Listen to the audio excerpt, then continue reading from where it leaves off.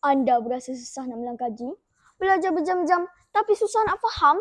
Anda wajib baca dan praktikkan buku ini. Misi Minda Kelas A+. Assalamualaikum dan salam sejahtera. Nama diberi Nur Rabiatul Adawiyah binti Ismail. Bersekolah di Sekolah Kebangsaan Putrajaya PC 11-3. Buku ini menyenaraikan pelbagai tips dan juga teknik yang perlu kita lakukan sebelum melangkaji atau memulakan hafalan. Tips pertama ialah berniat di dalam hati untuk membantu fokus pada otak.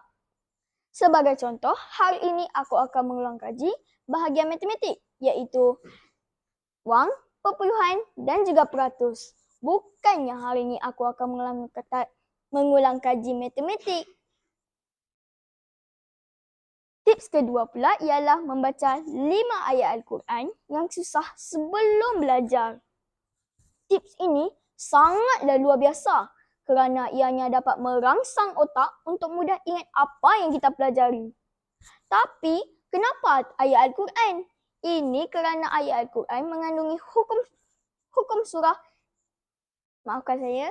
hukum tajuk dan juga sifat huruf yang mana kedua-duanya wajib kita baca dengan elok.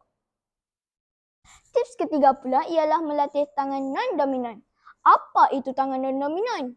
Tangan non-dominan itu ialah di mana jika kita menggunakan tangan kanan, maka tukarkannya ke tangan kiri.